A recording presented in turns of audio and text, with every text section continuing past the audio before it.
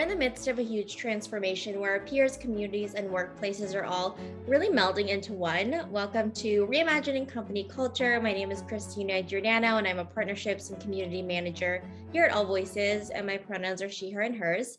Today, I'm very excited to welcome our next guest onto the interview series. He was just on a webinar with us, Jordan Mitchell, DEI Engagement Partner at Sprout Social.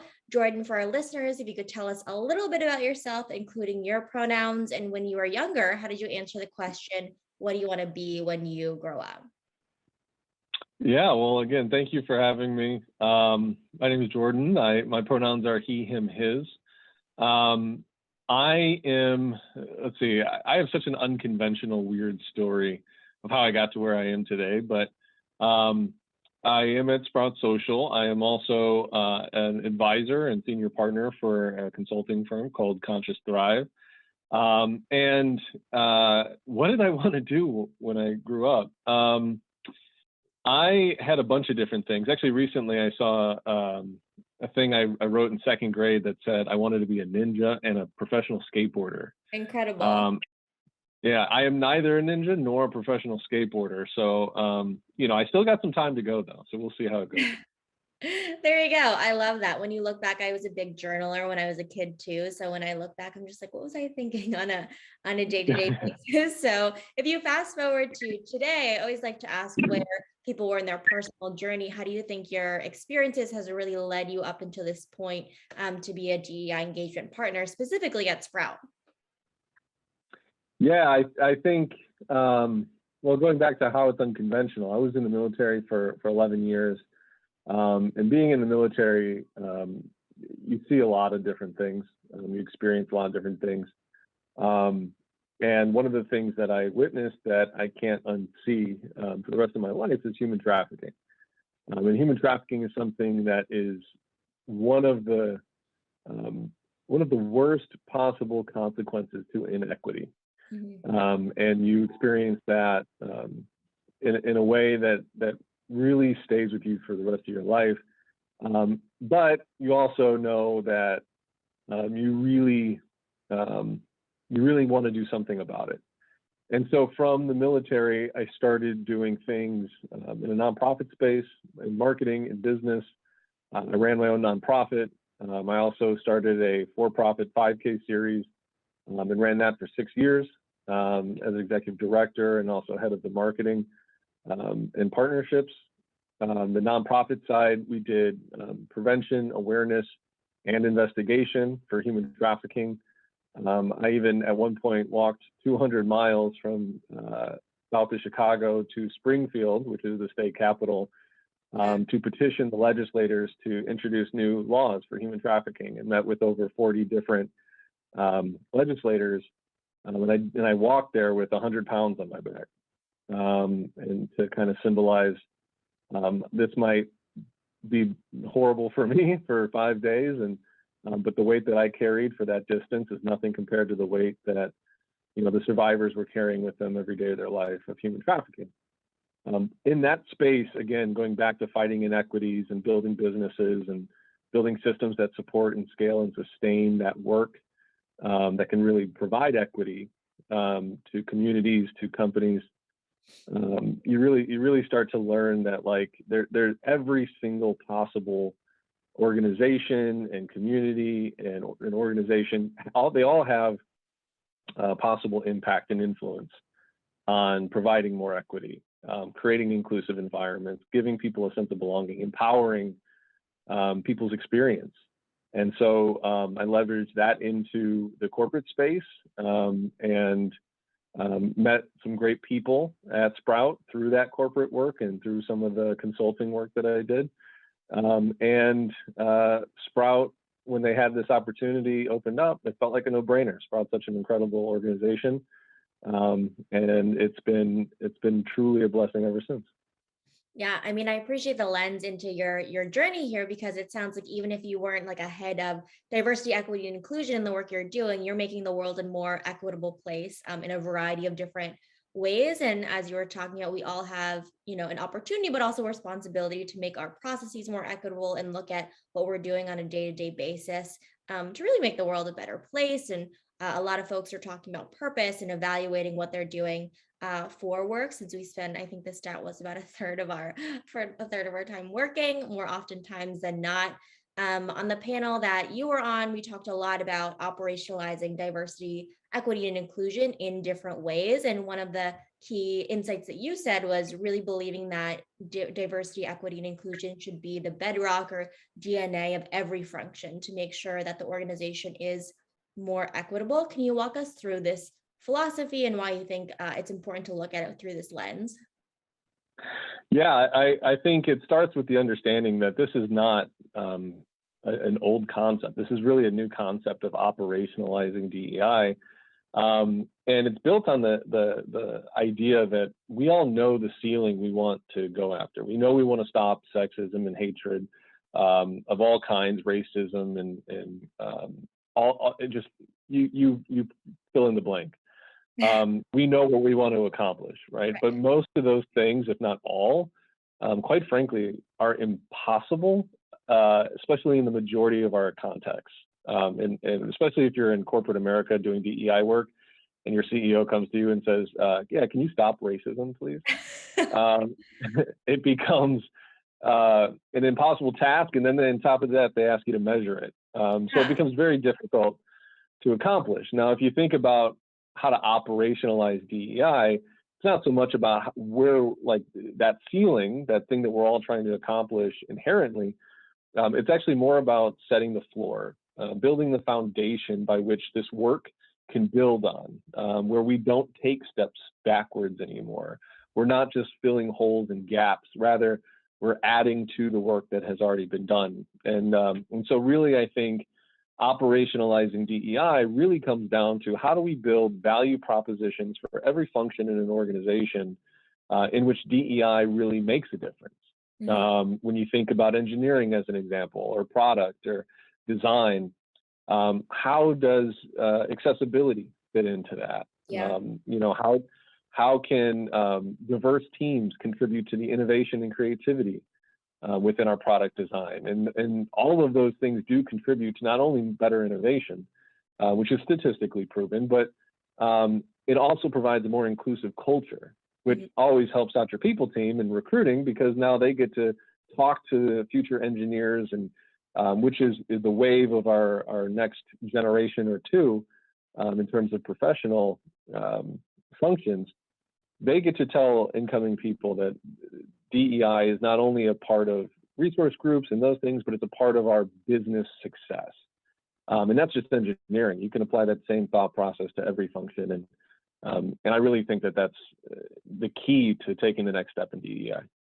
I think that is also key, and also holds people to a higher accountability and ownership over what they're doing as well. It's not just Jordan's responsibility to make sure the organization is equitable. And I mean, use the example of your CEO coming to you, or anyone from leadership saying, can you eradicate racism or sexism or anything from our organization? It's a tall task, and one would say almost impossible for one person, or it is impossible to do. And inclusive design is really important. You mentioned product, but I want to get a little bit more specific too into departments we may not think might be directly related to people and culture, diversity, equity, inclusion, even engineering. What opportunities do you see in other kind of functions in an organization to really build more equitable processes?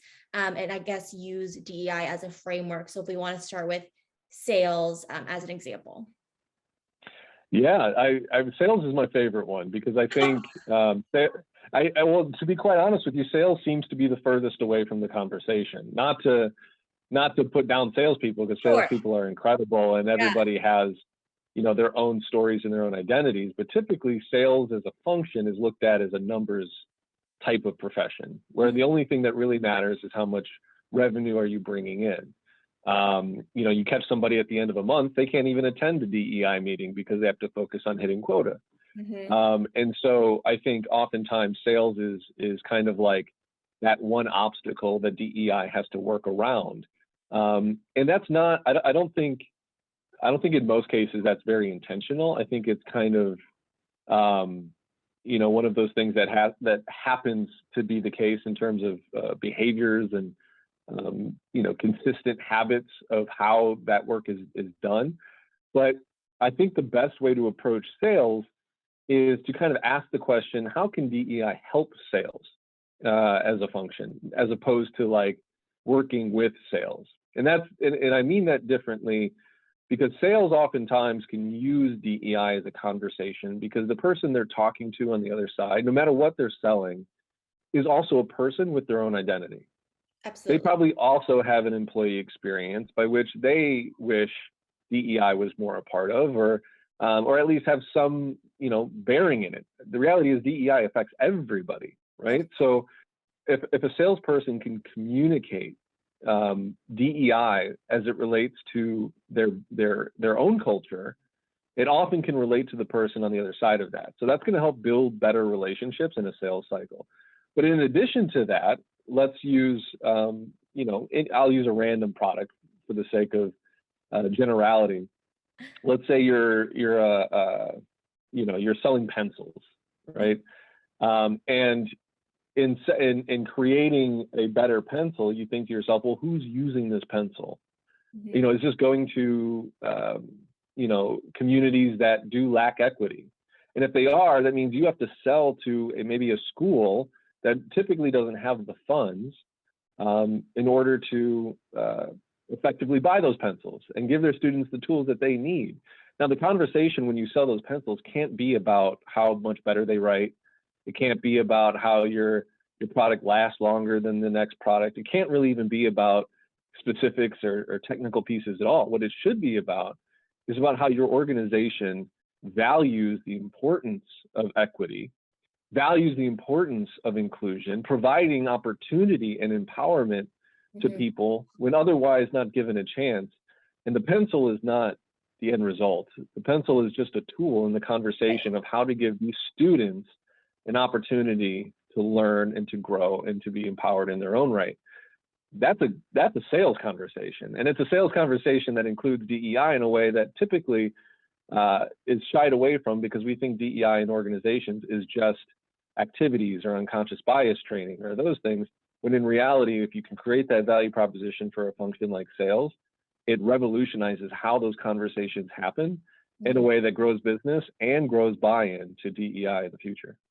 It grows business, it grows buy-in. It's not just a nice to have internally, but externally, you can see it manifesting in different ways and really impacting your bottom line as well, which makes the business more robust. And I would argue more creativity, more innovation, like you were talking about with the product too. So I think reframing how we're thinking about that, because what I've seen at kind of other organizations as well is, especially at the end of the quarter, what you were talking about, it's kind of less prioritized because it's just segmented in people's minds around that. I mean, I have my own ideas about the impacts that marketing can have also in terms of brand marketing, product marketing, all of that. But in terms of the marketing function, what kind of example can you provide of just how they can be really inclusive and think about equity in their day-to-day? Yeah, marketing is another great example of how DEI can really revolutionize internal conversations about how you perform marketing campaigns. When I was doing marketing, and I'll use the clear-cut example of the nonprofit space, right? Right. Oftentimes when you're marketing on behalf of a nonprofit, you have no product incentive to the consumer. Donors are suggesting that by giving money, I just feel better, right? I mean, that's really what you're trying to market, is that you give us this money and this thing happens in an environment that you don't belong in. That is a very difficult, essential message to a marketing campaign. Yeah. That's why most, again, going back to the idea of a pencil, you can market it that it writes better. You give us money and then you get this pencil in return. Nonprofits don't work that way. And so how you promote and market a nonprofit requires a totally different way of approaching the conversation. It requires an awareness and a buy-in and a conversion in the same way that pencil company might market, but not when they get something in return, but on the idea and the selling point of equity and inclusion. So that means you really have to start with that internally. You have to be able to communicate that well internally. And so if you have a CMO sitting at the table going, what is our value proposition for DEI for marketing? It starts with our ability to communicate with ourselves about DEI. How does it make our marketing team better? How does it make our messaging better? Everyone in marketing knows the value and power of story. So when story is used in a way that connects that emotional employee experience or that emotional consumer experience with that of a product or a service or an outcome, like in a nonprofit space, DEI doesn't just become, again, I hate to keep using like an unconscious bias training. And by the way, I don't dislike unconscious bias training. Sure. Those things they're extremely important and they should stay there. But I think too many organizations look at unconscious bias training as like the only step to take. And the truth is that's only just one part of something that should be built on that foundation, like I'm talking about. If marketing is thinking through DEI, almost like it's second nature with every campaign, contributing to things like story, which I would argue most marketing teams are probably thinking that way, which is why it's such a nice fit into it. But it just completely revolutionizes how you market, which can also, again, going back to market reach, story. Think about commercials that we have now on TV.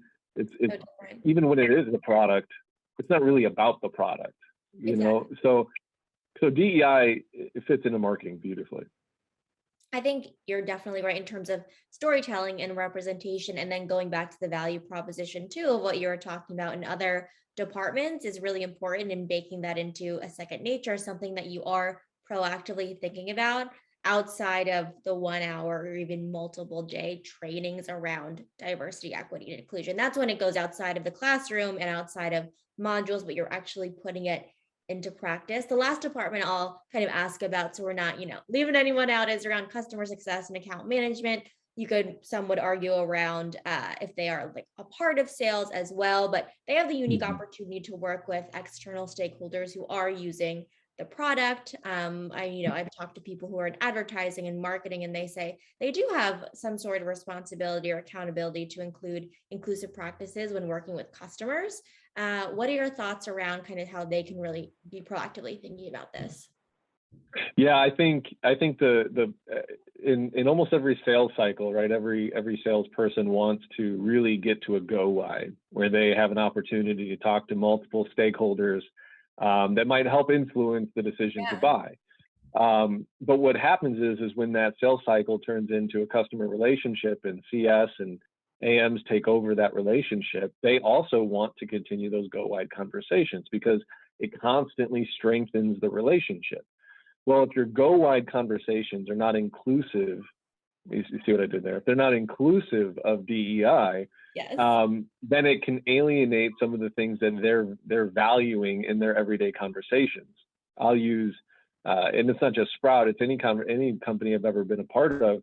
I'm not just talking about DEI with DEI people. I'm not just talking about DEI with the people teams and the HR teams. I'm talking about DEI with everyone in the company. And so when you're talking to somebody who is managing, from their end, the vendor relationship, and that vendor, that customer success or account manager or whatever, is talking to them about inclusive practices, DEI, and how their organizations do it, or how that strategy or inclusive behavior can impact their ability to use that product or service in a way that is more impactful, it will change how it is their relationship is grounded, and it will strengthen it, and it will lengthen how many different opportunities they'll be able to share with each other. Let's say you're, again, to keep the analogy going of the pencil company, if you have an organization that can share with you more than just what's on paper, but an authentic relationship that talks about the equity that is being provided, that is including multiple people in the conversation, that you start to learn about each other in the process, all those things will matter in a way that the next company, the next CS person won't really be able to utilize in the same way. They won't know how to approach the conversation. And to be quite frank, if DEI is something that we all believe in and we all want to push, having that kind of like gentle nudge to other organizations that if you don't use DEI in your CS relationships, in your strategic services relationships, in your professional service and enablement, if you don't use that as part of your relationship building, then you might miss out. And that is something that I think any executive will be like, well, we don't want that to happen. And so DEI should be something we all center because of its potential impact on a person, on an employee's experience, on their identity. But the reason why DEI is still something we're all striving for, and that it's still something that none of us have all the answers for, is because we need to figure out a better way to operationalize it and tie it to the functions by which we all work within. So it's not just something we go for an hour on a Thursday for. It's something that we think about in every meeting throughout the week. It's something we think about in every customer relationship or every product meeting. It's something that we can really start to operationalize in everything that we do throughout our entire jobs. Yeah, I mean, operationalizing it is so crucial to big systemic change, which is something else that we were talking about as well. And you might not have, touch points with Jordan on the DEI team every day. You might not have touch points, I would argue, with the CEO or, the chief people officer, the people in HR team even. But I would think that you are talking to your manager more often than not. And I think your manager and people managers in general have a really large impact on the company culture and an employee's individual experience with a company. And equity driven and inclusive leadership is something that a lot of folks are talking about, whether you can build up the skills of empathy and active listening. And I want to ask, in your opinion, how can we really hold people managers accountable to practice this equity driven inclusive leadership practice and really bake it into either their performance or training them to think in this mindset? Yeah, well, I think it starts with, knowing how people managers are most motivated, right? They're motivated obviously by success, which includes the numbers and things like that they can put on any performance review. They're also motivated by how they can empower their people to be better, and to make sure that their people are happy doing what they want to do, and that they're successful at it. Even if it's for selfish reasons, that second reason is an important one that a lot of people managers focus on. And the third is really about how they can also grow as people managers.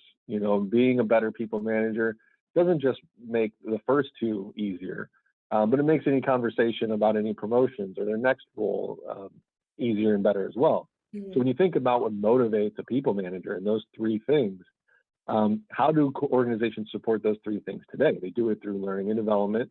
They do it through organizational competencies. They do it through values and core principles. And, I think any organization knows that people managers are really the backbone for their success.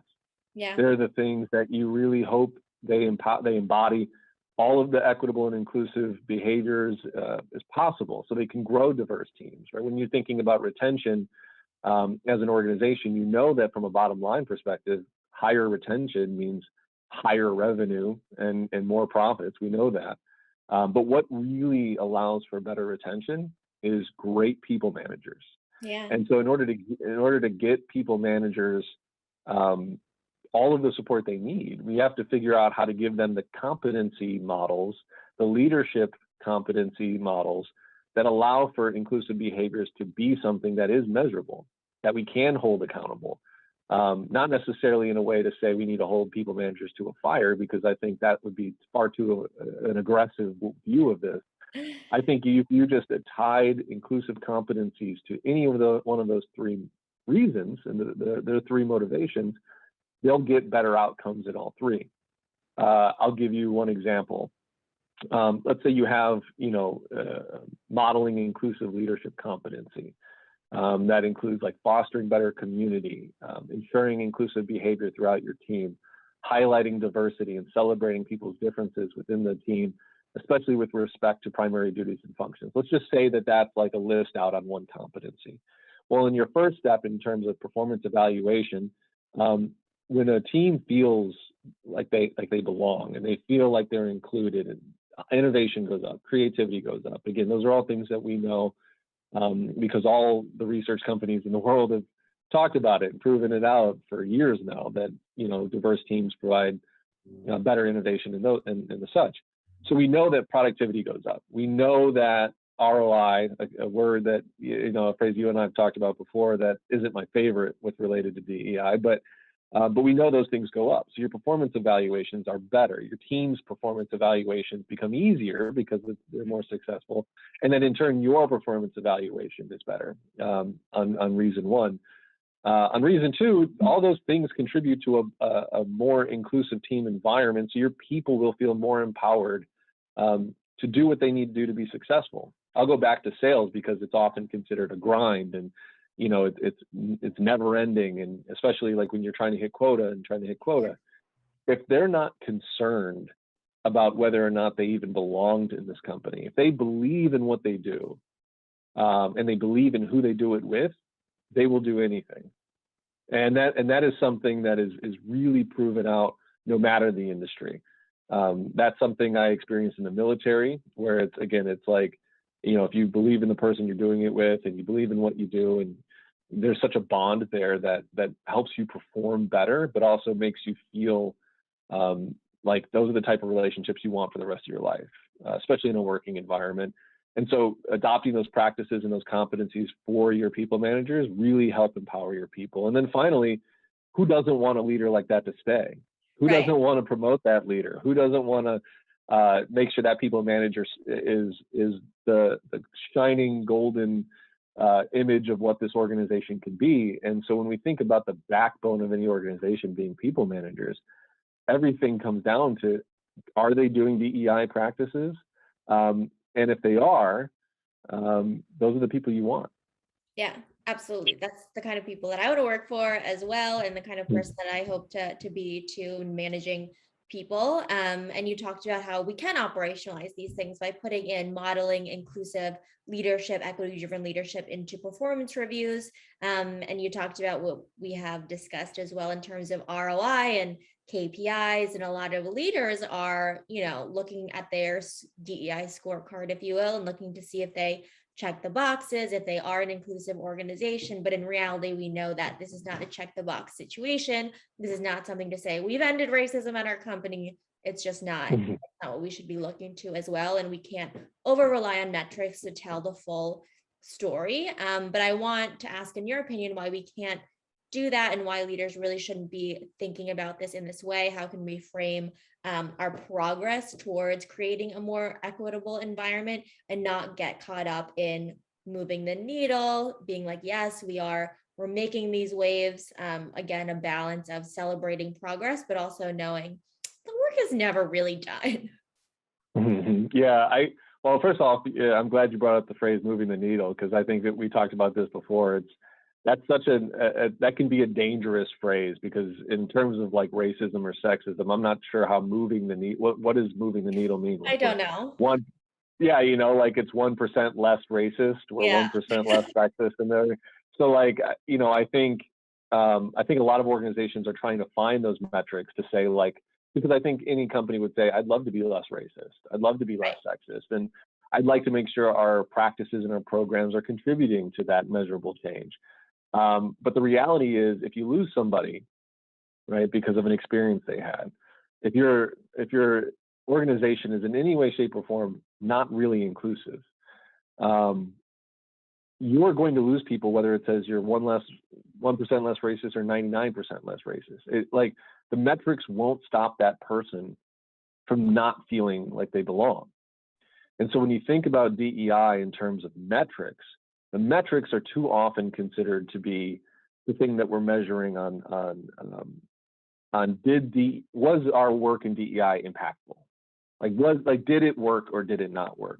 Well, DEI isn't, as much as people are relating it to recency, like there's a recency bias on DEI. It's like, well, the last 12 months, DEI has really blown up. Well, there's been DEI professionals for 10, 15, 20 years. Sure. DEI has been around for a long time. Yeah. And so the concept that, you could just do this program and then you'll get this increase, this thing will be better. It is not the same type of function that can do a mathematical equation to it, and all of a sudden you get these type of results. And so because of that, you have to reframe how it is you're going to measure your impact. DEI can't be measured in its impact on racism. It can't be measured on its impact of sexism and those things. Sure, you can measure retention. Sure, you can measure, your recruiting and those things, your representation. But any of those numbers only tell you a part of the story. Right. It doesn't tell you the whole story, and it certainly can't inform all of your decisions. And I mean that because adversely, let's say you have an all-white male executive team. Are you just going to fire half of them to get better representation? Maybe not. And if you're not going to do that, then getting the statistic that you have all white men on your executive team probably isn't a very helpful statistic. Right. So knowing what metrics are important is important, but every organization is unique. Every DEI and employee experience is unique. Every identity is unique. And so to try to measure universally or have general metrics on what DEI success looks like is very, very difficult to do. And it is something that when you try to simplify it, which many organizations do and many people do, I myself try to do it because it's hard to talk about and measure if you don't have statistics to it. It can make it almost harder to accomplish the goals you're trying to set out to do. And so as long as you have empathy, as long as you understand that it's part of the story, not the full story, metrics aren't inherently bad, but over relying on them can be. Yeah, there's just one piece of the story, as you were talking about. This is by no means, and I want to be clear, you can measure this. You can measure a sense of belonging. You can measure your progress towards it. But again, you need to tell a full picture of what's happening at an organization. And you can't say, we're doing a great job, so we're just going to end all of our DEI efforts for the year. We're 6 months ahead of schedule. That's not how this kind of work works as well. And I wanted to go back to one of your earlier points about recency bias. I mean, we're seeing so many formal roles in diversity, equity, and inclusion outside of employee resource group leaders or DEI committees coming up, which is great. Investing time, money, and resources in this work is really important to see on a major level. But a lot of people, who are in the field and have been for a while, have a lot of lived experience, which is why they're passionate about this work. I can speak for myself. That's why I'm really passionate about these types of conversations.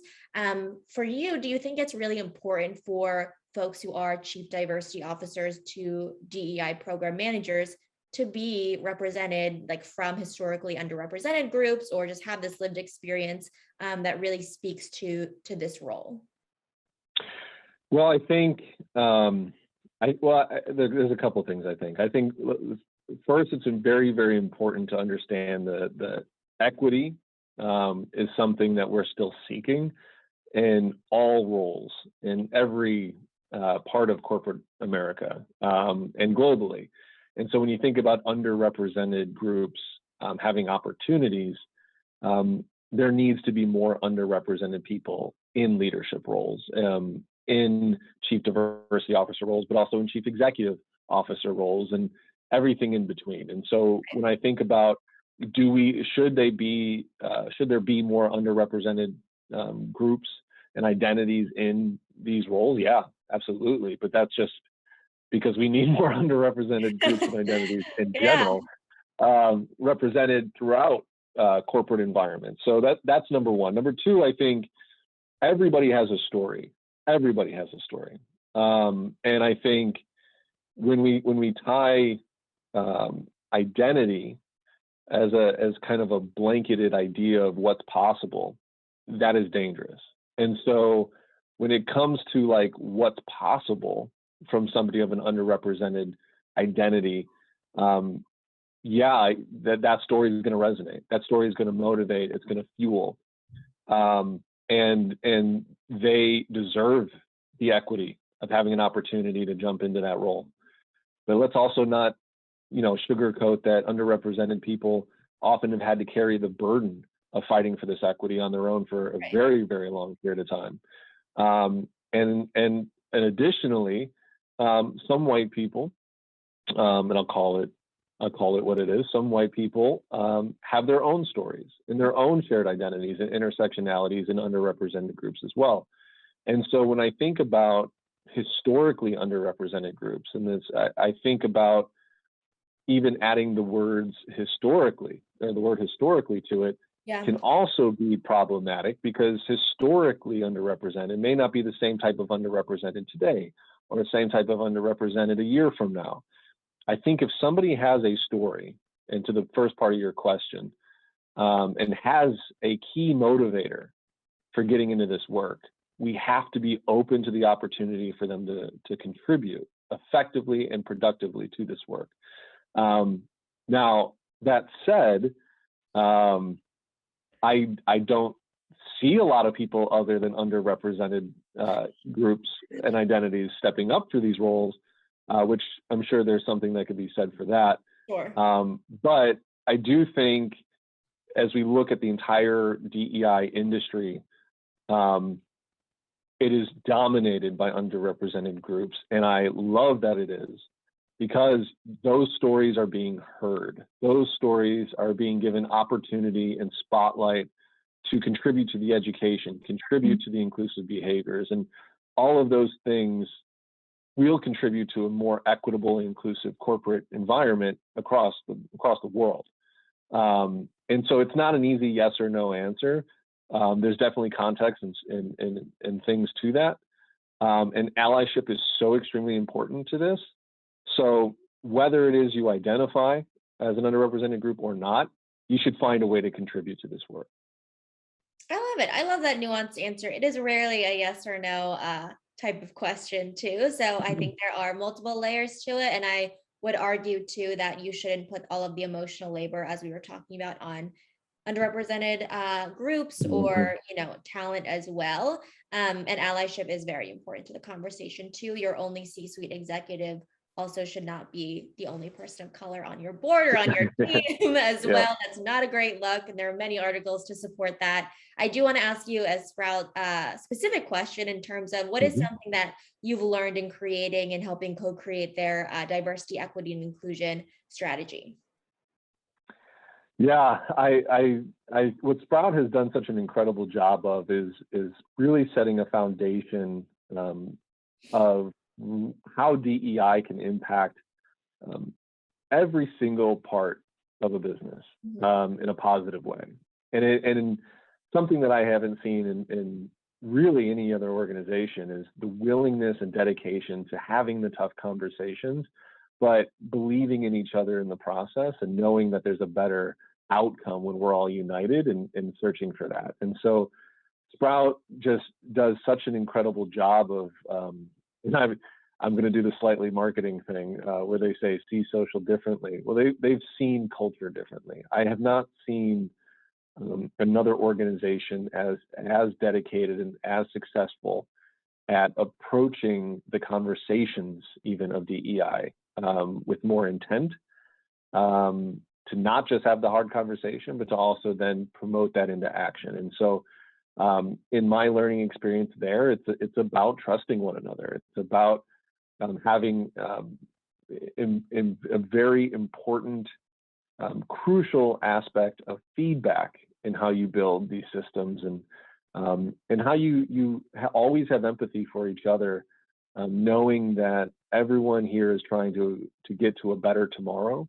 And just knowing that contributes to an incredible culture, an amazing way by which to work on DEI, and know that you're really not alone in this whole process. So Sprout is incredible, and I can't say enough good things about it.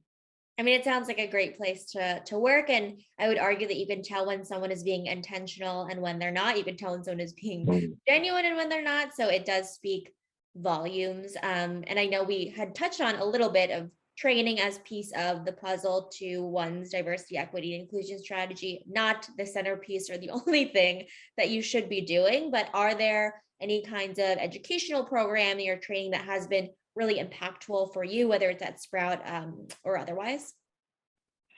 It's very tough to beat lived experience.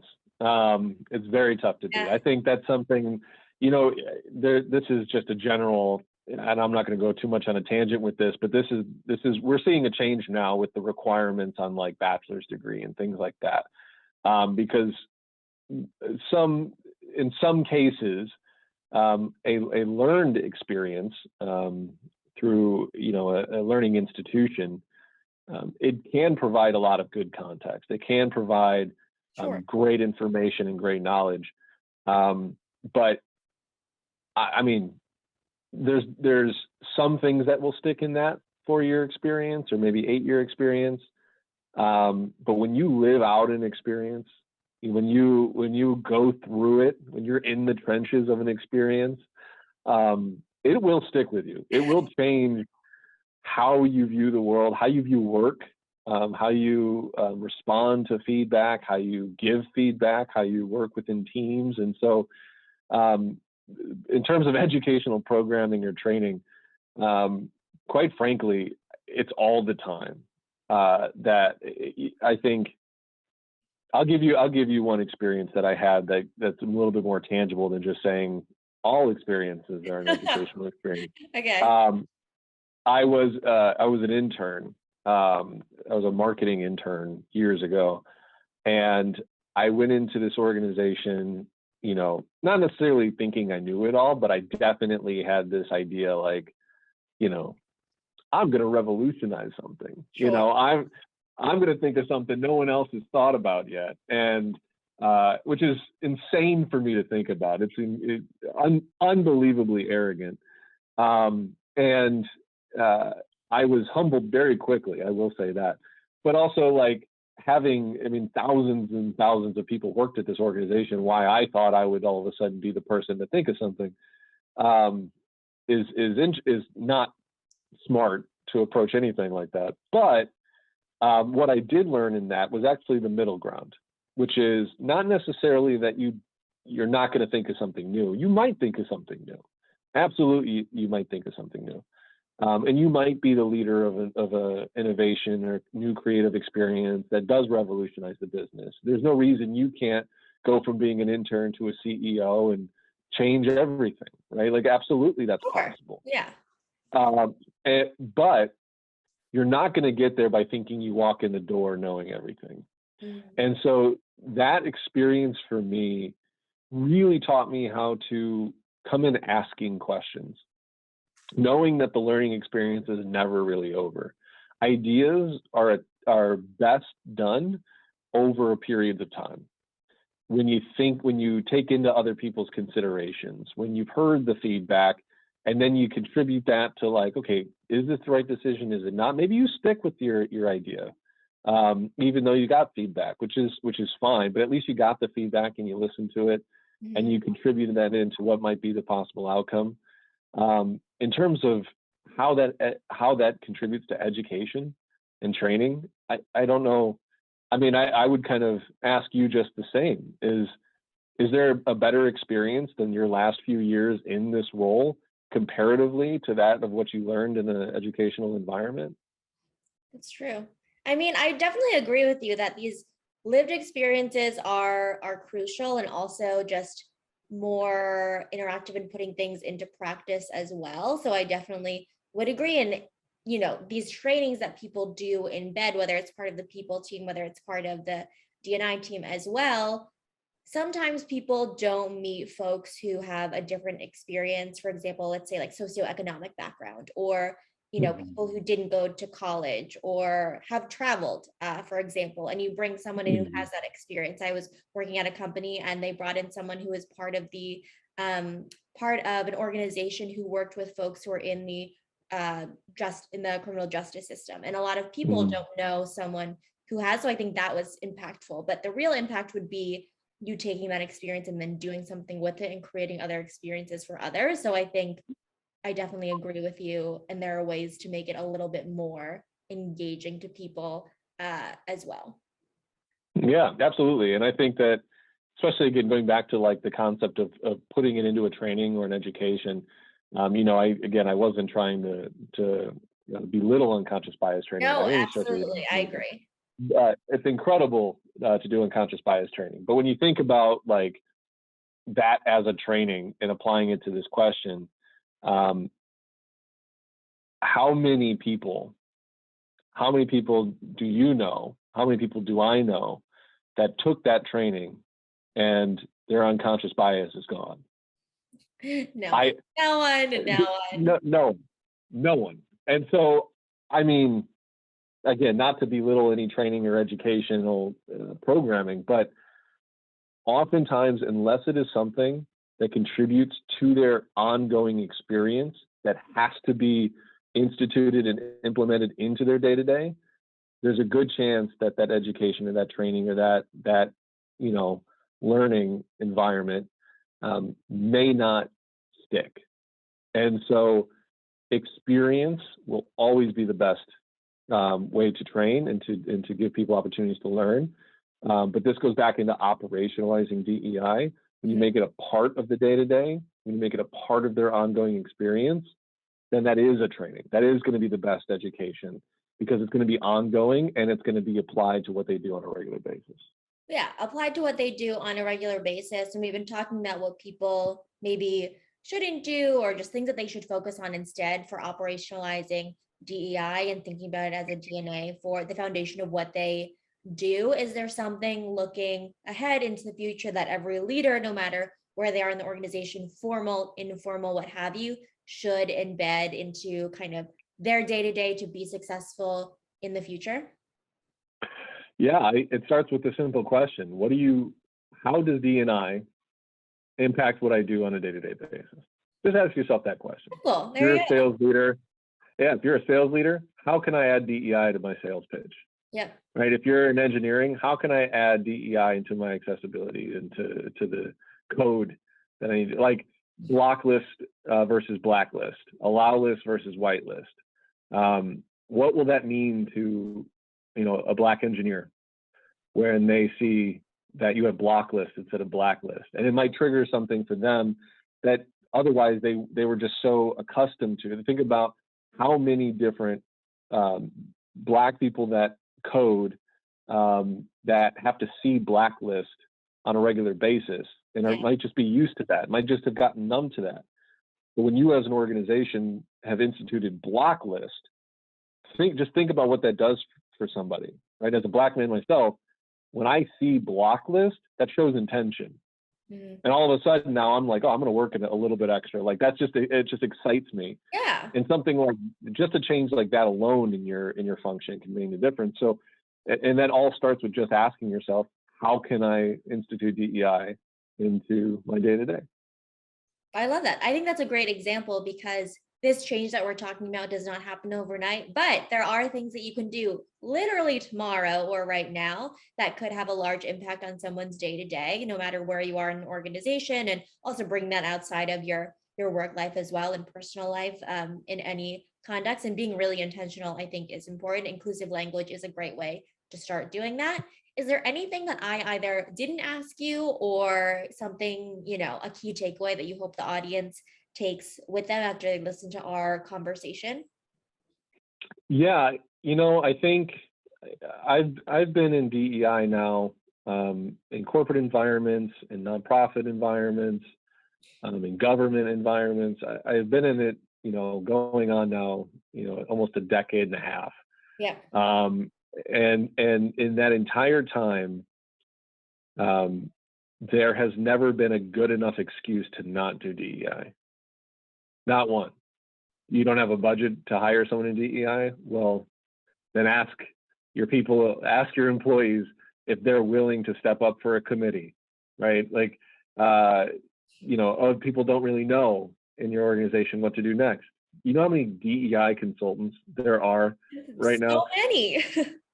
So many.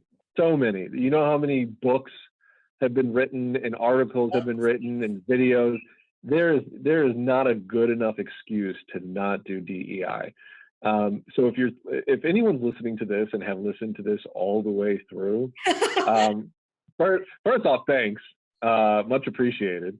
But I think what stands out to me is that if you listen to this all the way through, that means you really care, and you are really committed to what is possible. And so if you don't know all the answers, I don't know all the answers, but I'm willing to step in and have a conversation with you and learn with you and grow with you. And that's just me. There are hundreds, if not thousands, of other DEI practitioners who are willing to do the exact same thing. And so there's, and I don't just mean this in a harsh way to say there's no excuse, but also I mean that in a positive way. There is opportunity. There is opportunity here. So many people are ready to walk through this opportunity with you. I love that. There is no excuse, but also a huge opportunity to learn. Everyone's a lifelong learner, and we should commit to doing this work. There are so many books, resources, people like you out there that are willing to have these conversations. So, Jordan, thank you so much for being on Reimagining Company Culture. I appreciated our conversation today. I appreciate it so much, Christina. This has been a lot of fun. Yeah, absolutely. And as a reminder for folks who are listening, AllVoices believes in the empowerment of everyone at a company to speak up, and we know it's a requirement for the organization to succeed. Have a good rest of your afternoon, everyone.